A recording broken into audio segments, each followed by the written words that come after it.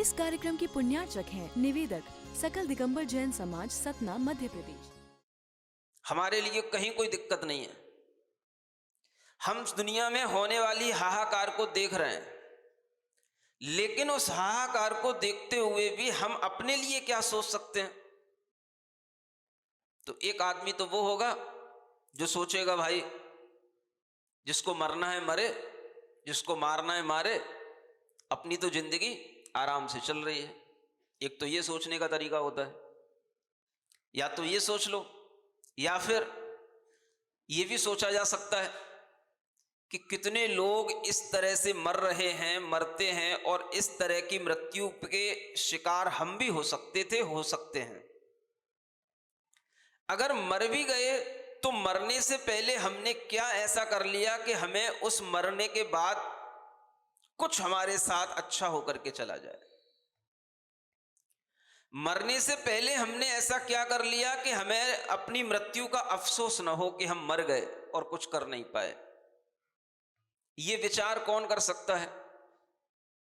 ये विचार भी वही व्यक्ति कर सकता है जिसके अंदर थोड़ा सा पापों से डर लगने लगा हो, संसार से डर लगने लगा हो। इसलिए यहां आचार्य कहते हैं वे लोग बहुत पापी हैं जो उस पहली विचारधारा के साथ चल रहे हैं कि दुनिया में देखते हुए भी ये सब लोग मर रहे हैं और विचार कर रहे हैं ये मर रहे हैं, उनके मरण के बारे में दूसरों को तो बता रहे हैं, लेकिन खुद उस मरण से डर कर के कोई भी आत्महित के लिए तत्पर नहीं हो रहे हैं और अपने लिए यही सोच रहे हैं कि ये तो उनके लिए मरना है, अपन तो अपनी जिंदगी बहुत सेफ्टी के साथ में जी रहे हैं। ऐसे लोग अगर इस ग्रंथ के हिसाब से देखा जाए तो इन्हें यहां क्या कहा गया है जानते हो? विरमंति न पावाओ। ये सब पापी जीव हैं। पापी क्यों हैं? मृत्यु सामने खड़ी है, लेकिन फिर भी पाप करने में ही आनंद आ रहा है। मृत्यु का समाचार सुनने के बावजूद भी मृत्यु से डर करके, मृत्यु से भीति को प्राप्त होकर के अपने आत्महित के लिए करने का भाव नहीं आ रहा है। करना तो वही पाप है जो पाप दुनिया में हर कोई करता हुआ मरण को प्राप्त हो रहा है। तो आचार्य कहते हैं इससे बड़ी धीटता और क्या हो सकती है? धीटता समझते हो? धृष्टता, ढीठपना।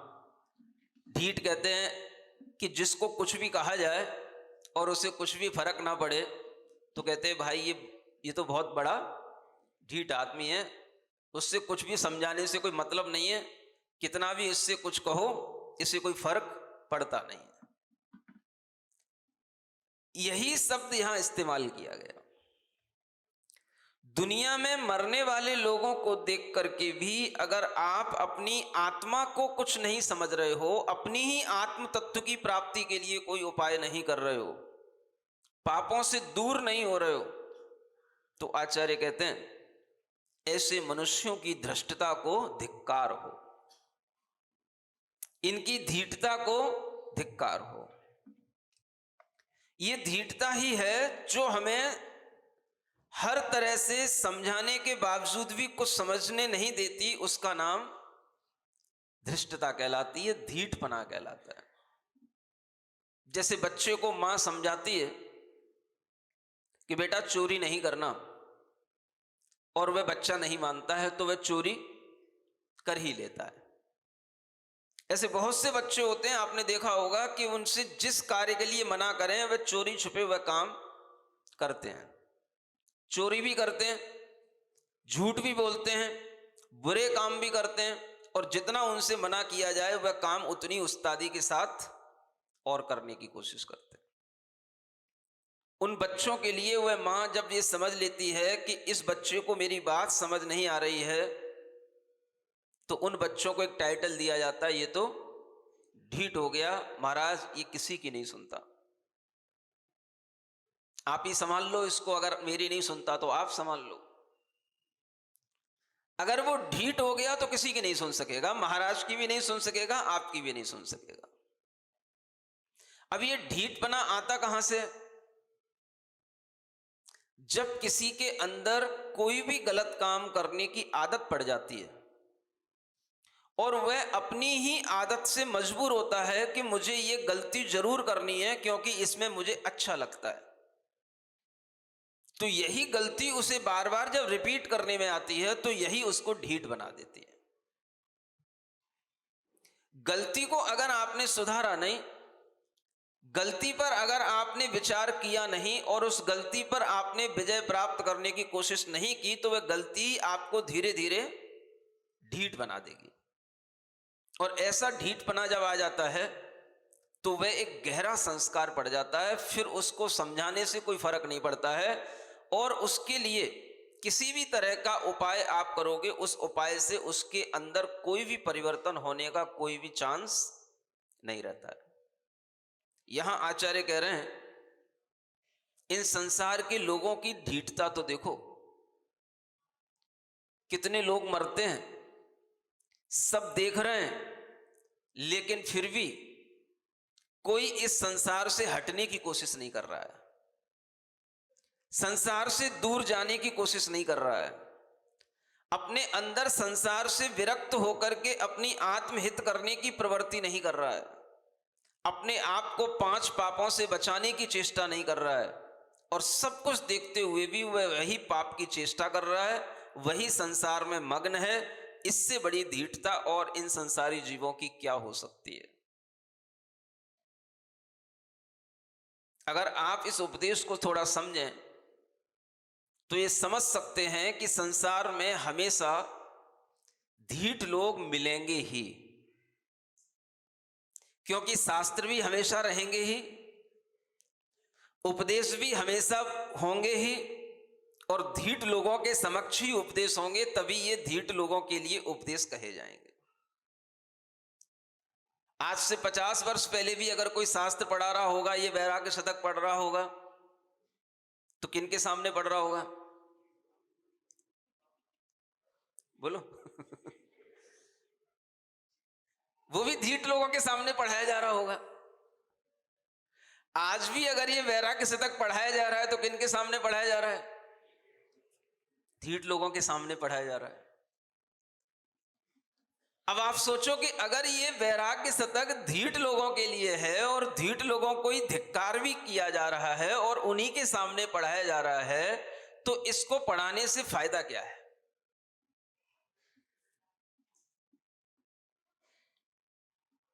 बताओ, कुछ फायदा है?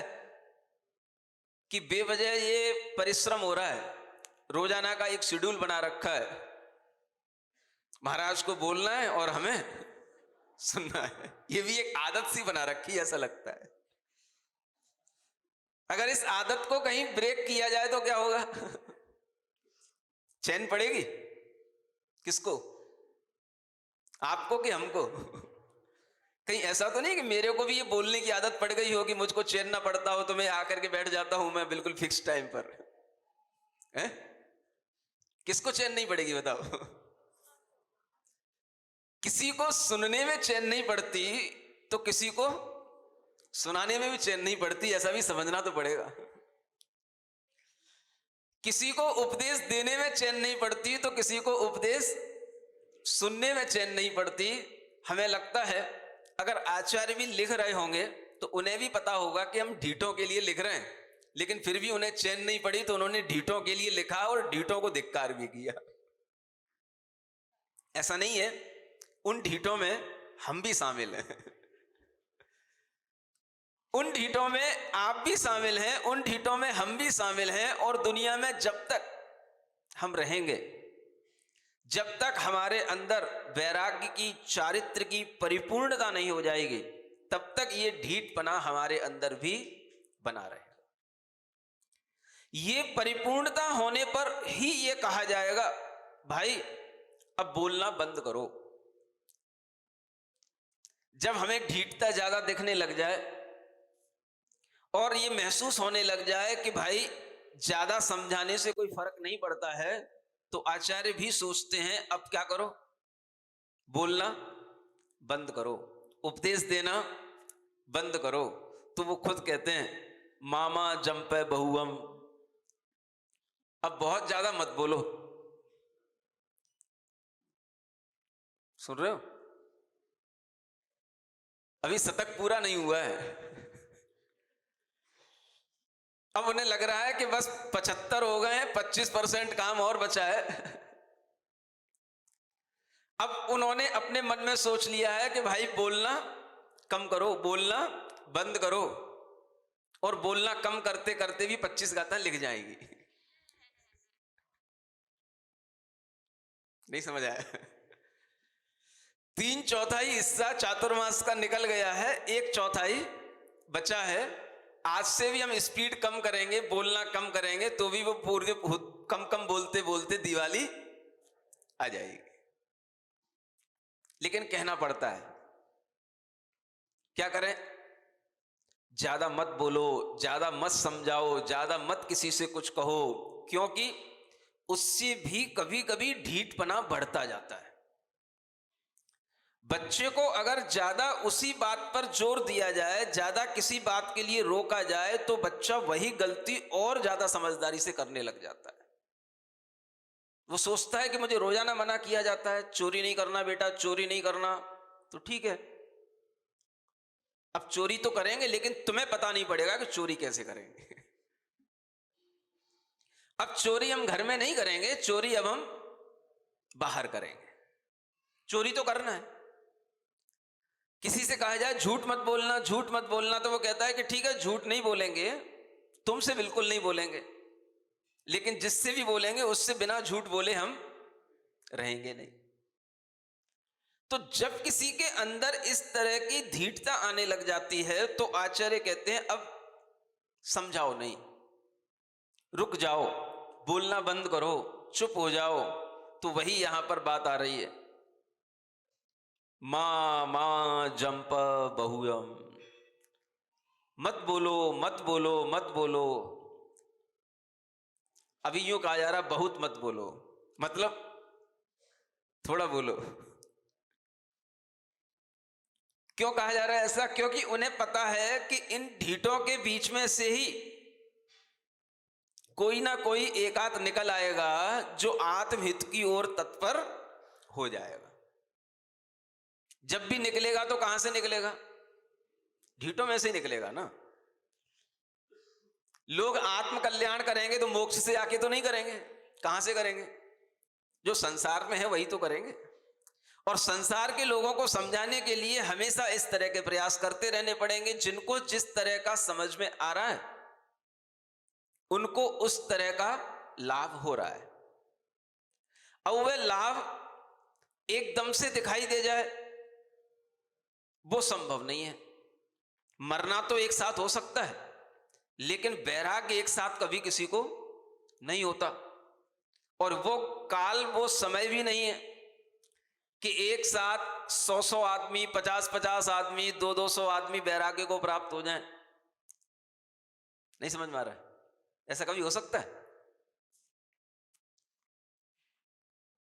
एक समाज में से 50 लोग अपने आप वैराग्य को प्राप्त हो जाए, भाई ये दुनियादारी छोड़ो, घर बार छोड़ो, क्या करो, ये जितने भी घर हैं इन सब घरों को तो बना दो संत भवन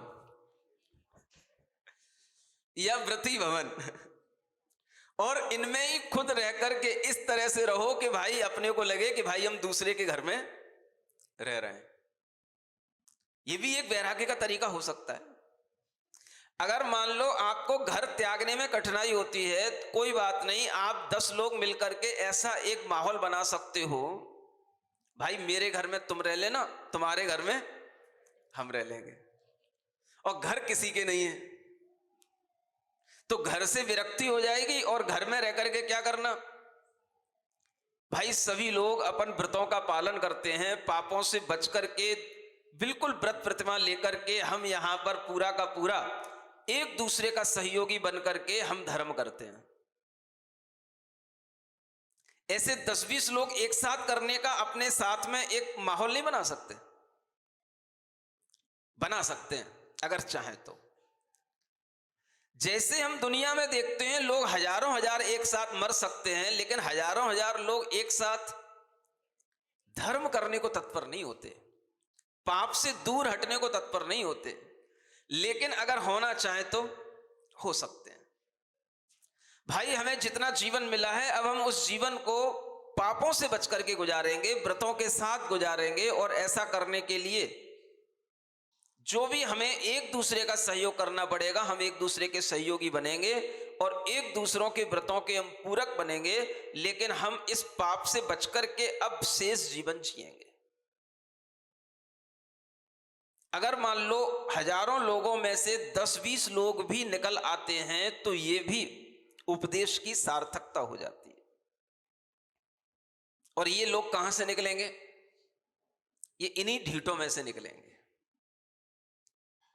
क्योंकि आचार्यों को पता है कि ढीठ व्यक्ति अगर समझता नहीं है तो समझता नहीं है, और समझता है तो फिर ढंग से समझता है, तो एक उम्मीद की किरण तो जागृत रहती है। अगर बच्चा गलत काम कर रहा है, कब तक? जब तक उसका मन आ रहा है कर रहा है, लेकिन अगर उससे कभी भी एक बात से कोई ठेस लग जाए तो वो सारी की सारी जिंदगी में उसने जितने गलत काम किए हैं उन कामों को छोड़ करके अच्छाई के रास्ते पर जब चलने लग जाता है तो कईयों को और अच्छा बनाने के लिए वो उदाहरण भी बन जाता है। तो काम में आएंगे लोग यही, इसलिए घर का बेटा घर का ही होता है।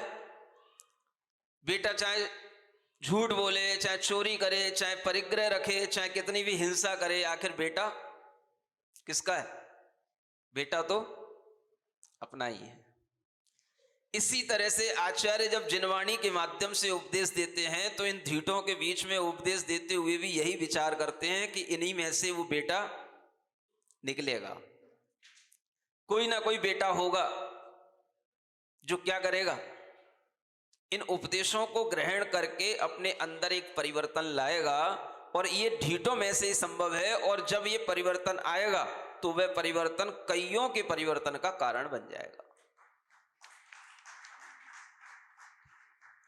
अब एक भी ढीठ अगर सुधर जाता है तो कई ढीठ उसको देख करके सोचने लग जाते हैं, भाई ये तो हमारे ही साथ चोरी करता था, ये तो हमारे ही साथ में सब पाप करता था, और ये सुधर गया तो क्या होगा? तो उनके अंदर भी परिवर्तन आने लग जाता है। इसलिए कोई ना कोई एक ढीठ भी तैयार हो जाए जो सुधरने की पूरी कोशिश में आ जाए। सुन रहे हो? बोलो तो, सुनाई पड़ रहा है कि नहीं? इतने ढीठ तो नहीं हो गए, सुनाई भी नहीं पड़ रहा हो। जब मां पूछती बेटा सुन रहा है कि नहीं सुन रहा है, तो वो ढीठ सुनता भी नहीं पट्टा। उसे पता है कि ये बार बार यही बात कहती है, जो मुझे करना है वही करना है, और इसको जो कहना है वो कहना है, तो इसलिए वो सुनते हुए भी नासुनी सा करता है। कहीं ऐसा ही तो आपके साथ नहीं हो रहा है? अगर हो रहा हो तो आचार्य कहते हैं इसका भीतरी कारण क्या है? जब भी हमें बाहरी प्रयासों को करने के बाद में कोई सफलता न मिलती हो तो हमें अंतरंग कारण को देखना चाहिए। हताश नहीं होना चाहिए, हमेशा पुरुषार्थ करने का भाव रहना चाहिए। सुधार करने वाला सुधार करेगा, सुधारक सुधार करने के लिए उपदेश देगा। ये कार्य निरंतर चलने की प्रक्रिया है, और इसमें यह नहीं सोचना है कि हमें इससे कितनी सफलता मिल रही है। सफलता मिलेगी तो उन व्यक्तियों को अपने ही कर्मों के कारण से मिलेगी। और वो कर्म कौन से होते हैं? आचार्य यहां कह रहे हैं जिनकी आत्मा में ज्यादा चिकने चिकने कर्म बंधे हुए हैं। देखो कैसे लिखा, चिकने कम्मे ही जे बद्धा। कौन से कर्मों से जो बंधे हैं? चिकने कर्मों से जो बंधे हैं। माने कर्म चिकने भी होते हैं और सूखे भी होते हैं। तो सूखे होंगे तो थोड़ा सा कहने से झड़ जाते हैं, थोड़ा सा मन में विचार आता है तो झड़ने लग जाते हैं, मन में भाव आ जाता है कि हाँ बहुत अच्छा कहा जा रहा है, समझाया जा रहा है, चलो कुछ तो हम आगे बढ़ते हैं। समझ आ रहा है? तो कई बच्चे होते हैं अपने आप ही महाराज को देखते हुए, उनके पास में बैठते हुए, रहते हुए अपने मन में विचार करते हैं, देखो मैं तो क्या क्या खाता था, क्या क्या खाती थी। समझ आ रहा है? और ये सब खाना पीना हम कितना गलत करते थे, लेकिन जब से हम ये संगति को प्राप्त हुए हैं तब से हमें लगने लगा है कि ये सब खाने पीने के बिना भी बहुत अच्छे ढंग से जीवन निकाला जा सकता है। तो ऐसा विचार अपने मन में जब आ जाता है तो ये कैसे लोगों के मन में आएगा? जिनके कर्म ज्यादा चिकने नहीं हो। अगर सूखे सूखे कर्म अपने अंदर बांध रखे हैं तो थोड़े से हिलाने से वो क्या बोलते उसको, जैसे वो कोई मिट्टी का ढेर लगा और उसमें एक पैर डाल दो तो सब मिट्टी भिसक जाती है। समझ आ रहा है? ऐसे ही अगर कर्म बंधे तो सबके हैं, अगर चिकने चिकने बांध रखे हैं तो फिर कितने ही उपदेश दिए जाएं वो सब उपदेश जो है ऊपर से स्लिप हो जाते हैं। जिसे चिकना घड़ा बोलते हैं, पानी ऊपर से सब चला जाता है। और अगर कर्म सूखे होंगे तो वह कर्म हट जाएंगे, भीतर से अपना ज्ञान स्वभाव प्रकट होगा, भीतर से राग की कमी होने पर वीतरागता का आनंद महसूस होगा, भीतर से अपने आत्म सुख की ओर तृप्ति का भाव उत्पन्न होगा। अगर वो कर्म हल्के होंगे तो इन उपदेशों से हट जाएं,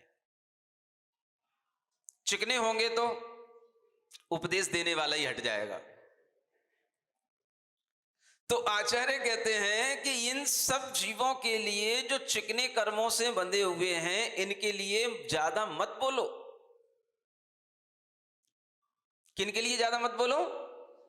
जिनके कर्म बहुत चिक्कड़ हैं, चिकने घड़े जो हैं। अब बताओ चिकने घड़े कितने हैं यहां? अब धीट से बात किस पर आ गई? चिकने घड़े पर आ गई। आपको लगता है कि हमारे अंदर थोड़ी थोड़ी से कर्म ढलते हैं, कोई हमारे अंदर थोड़ा थोड़ा सा भाव आता है और हम थोड़ा थोड़ा सा आगे बढ़ते हैं, थोड़े थोड़े से कोई भी हम मन में विचार करते हैं, चलो भाई अब मैगी बहुत खा ली, पिज्जा बर्गर बहुत खा लिए, रात में बहुत भोजन कर लिया, लहसुन प्याज बहुत खा ली, होटलों में बहुत खा लिया, अब थोड़ा सा इस पर विराम लगाते हैं। ये मन में विचार आता है? बोलो चिकने घड़ो। जब मन में विचार आएगा तो समझना कि थोड़े से कर्म हल्के हो रहे हैं, तो हम कुछ इन उपदेशों से हमारे ऊपर कुछ फर्क पड़ रहा है। और अगर बिल्कुल भी कोई विचार नहीं आता तो समझना हमारे कर्म बहुत ही हमको पकड़े हुए हैं। ढीठ बनाने का कारण क्या है कि हमारे कर्म ही हमको बहुत जकड़ चुके हैं, और उसी जकड़न के कारण से हम अपने अंदर कोई भी नया विचार, नया ज्ञान, नया संयम का भाव, नया कोई भी हम आगे बढ़ने का भाव अपने लिए नहीं ला पाते। ये हमारे कर्मों की चिक्कणता के कारण से होता है। तो इसमें बुरा मानने की बात नहीं है। माने आचार्यों ने हमारे ऊपर उपकार कर दिया कि कहीं ऐसा नहीं करना कि कल से तुम प्रवचन बंद कर देना, क्योंकि कह दिया ना उन्होंने बहुत मत बोलो, बहुत मत बोलो, और कहीं मेरे मन में आ जाता बहुत मत बोलो तो अब क्या है, बंद करो अब ये प्रवचन, सब धीट तो है ही है। तो आचार्य कहते हैं इन धीटों में तुम्हें पता नहीं है, कुछ के कर्म तो हल्के होते हैं जो बिल्कुल मिट्टी की तरह भिसक जाएंगे, तुम इनमें हथौड़े चलाते रहो, टुक टुक टुक टुक करते रहो, ये सुधर जाएंगे और इनके कर्म धीरे धीरे हल्के हो जाएंगे। और जो चिकने कर्म वाले होंगे उनमें ज्यादा प्रभाव नहीं पड़ेगा। लेकिन अब तुम्हें पता तो है नहीं है किसके कर्म चिकने हैं, किसके कर्म हल्के हैं, तो तुम अपना काम करते रहो, जिसके हल्के होंगे वो झड़ जाएंगे और ऊपर निकल करके आ जाएंगे, और जो चिकने होंगे वो संसार में ही घूमते रह जाएंगे। तो करना क्या है? वही करना है जो रोजाना करते आए। माने उपदेश बंद नहीं करना है। तो जब हमें उपदेश सुनाना बंद नहीं करना है तो आपको भी सुनना बंद नहीं करना है।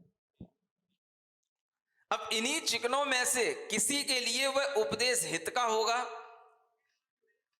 और किसी के लिए वह उपदेश ऐसा भी हो सकता है कि वह उपदेश उसके लिए उल्टा पड़ जाए, उल्टा पढ़ने का मतलब, ऐसे भी लोग होते हैं जो ये सोचते हैं कि रोजाना महाराज हमें कुछ ना कुछ आगे बढ़ने को कहते हैं, रोजाना महाराज हमें कुछ ना कुछ कभी चाय का त्याग करा दिया, कि कभी ये मैगी का त्याग करा दिया, कभी इन चीजों का त्याग करा दिया। यार रोजाना आएंगे तो कुछ ना कुछ छोड़ते चले जाएंगे तो कुछ खाने को नहीं बचेगा। अब कल से प्रवचन सुनने आना ही नहीं है।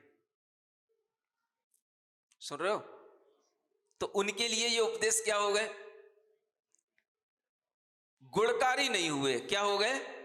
दोष के लिए हो गए। तो आचार्य कहते हैं हियो वज्देशो महादोषो। हितकारी उपदेश भी महादोष के लिए हो जाता है। किनके लिए? जो भीतर से चिकने घड़े हैं उनके लिए हितकारी उपदेश भी किसके लिए होता है? दोष के लिए हो जाता है, महादोष के लिए हो जाता है। क्योंकि उन्हें वह हितकारी उपदेश सुनने के बावजूद भी ऐसा लगेगा कि कहीं इस उपदेश के कारण से हमारे किन्हीं पापों में कोई कमी न आ जाए। तो जो इतना अपने आप को पापों से जकड़ा हुआ होगा उसके लिए यह उपदेश कभी भी हितकारी नहीं होंगे और गुणकारी नहीं होंगे।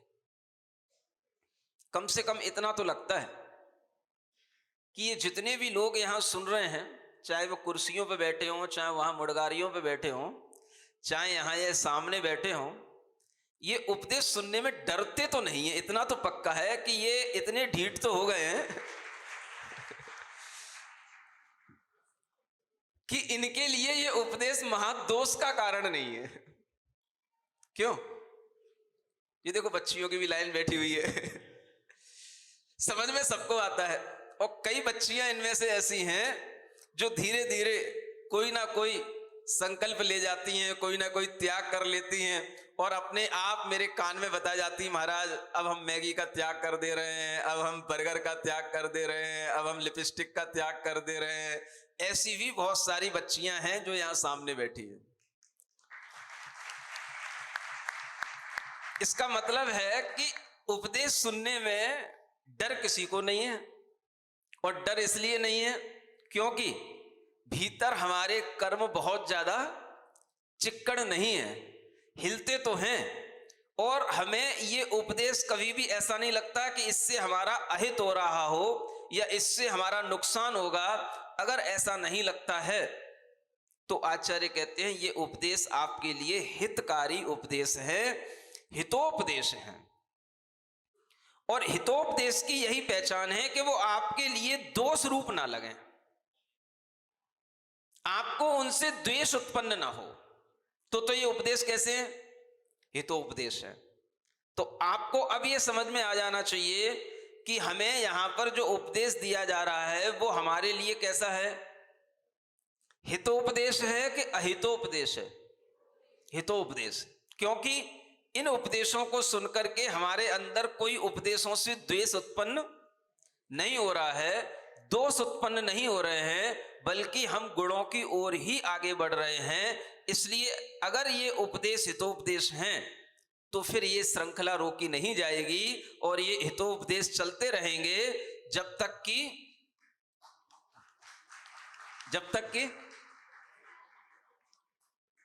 ऊपर से हाई कमान के कोई आदेश नहीं आएंगे, तब तक ये हितोपदेश चलते रहेंगे।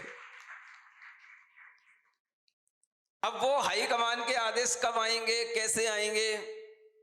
अभी दिवाली तक तो आप बिल्कुल सेफ हो।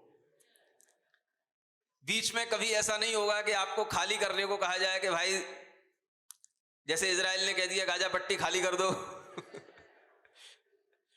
समझ आ रहा है? ऐसे आपके लिए कोई ऑर्डर आने वाले नहीं हैं। लेकिन इतने दिनों में भी आपके अंदर कुछ ऐसे परिवर्तन आने चाहिए जो परिवर्तन पिछले 3 महीनों में नहीं दिखाई दिए हों, वो आने वाले 20 दिनों में दिखाई देने चाहिए।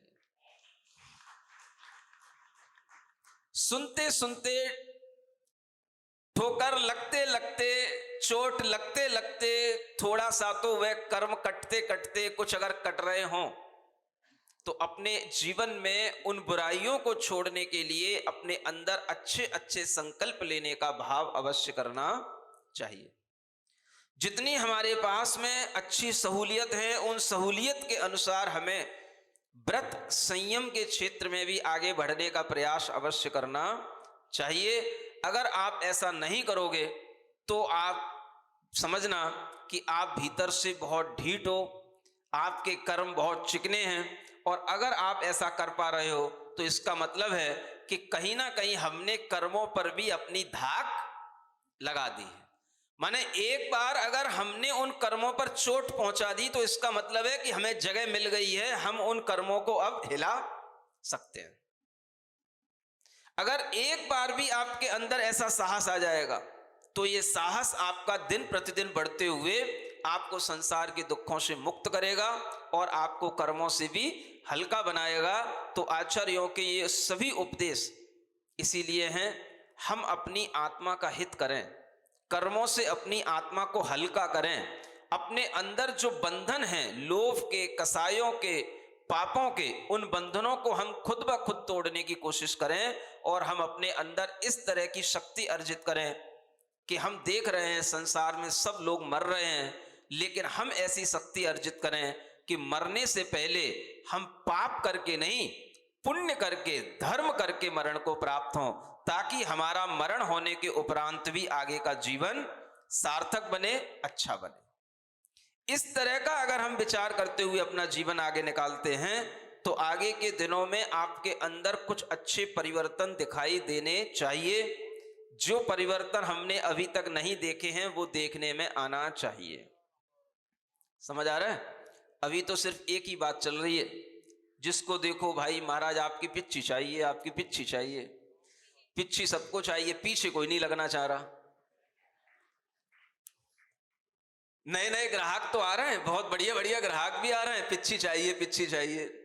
कोई ये भी तो बोले कि महाराज अड़ू व्रत चाहिए, 12 व्रत चाहिए, 2 प्रतिमा के व्रत चाहिए, महाराज आपके पीछे लगना चाहते हैं, आप हमेशा हमें इसी तरह से अपने पीछे लगा करके रखना ताकि हम भी आपके रास्ते पर चलते चलते महाव्रती एक दिन बन जाएं। इस तरह का तो भाव कोई नहीं कर रहा। सुन रहे हो? तो क्या करना है आपको? प्रतिमा लेने के भाव करो, 2 प्रतिमाओं के पालन करने के विचार बनाओ, 1 प्रतिमा का पालन करने का विचार बनाओ, 12 व्रतों का पालन करने की भावना करो। इस तरीके के अड़ु व्रतों के साथ आगे अपने आप को बढ़ाओगे तो कुछ अच्छा बनेगा। और अगर एक बार महाव्रती के पीछे लग जाओगे तो पीछी तुम्हें पुरानी तो क्या, नई पीछी भी तुम्हें मिलने का साहस आ जाएगा। अभी तो आप पुरानी मांगे जा रहे हो, नई नहीं लेना कभी, तो नई पिच्छी लेने का भी साहस कैसे आएगा? पहले महाराज पुरानी दे दो ऐसे।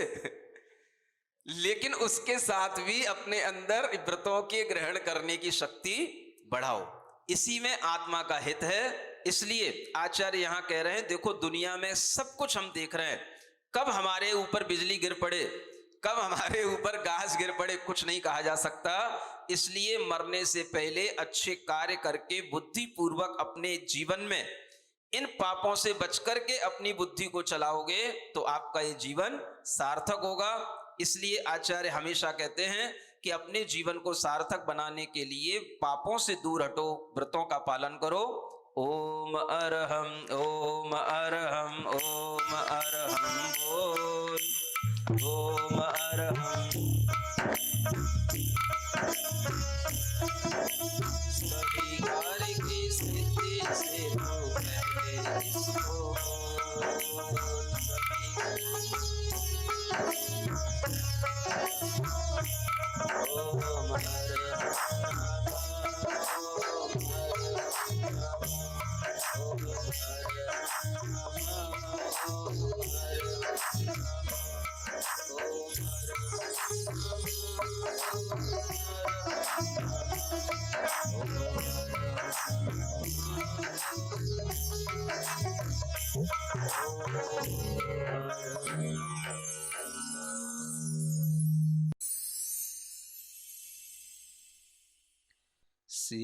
सिरिजिणवाणी जग कल्याणी जग जन मदतम मोहरी जनमण हारी गढ़हर हारी जन्म जरा भव रोग हरि तिथियराणम दिव्यझुणिम जो पढ़ई सुणई मय्ये धारई णाणम सौखमणन्तं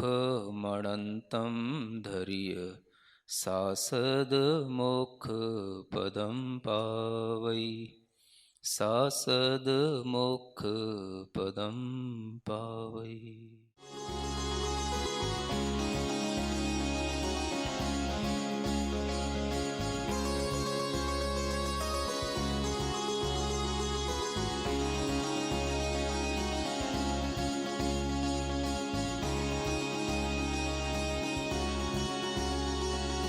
इस कार्यक्रम की पुण्यार्चक हैं निवेदक सकल दिगंबर जैन समाज, सतना, मध्य प्रदेश।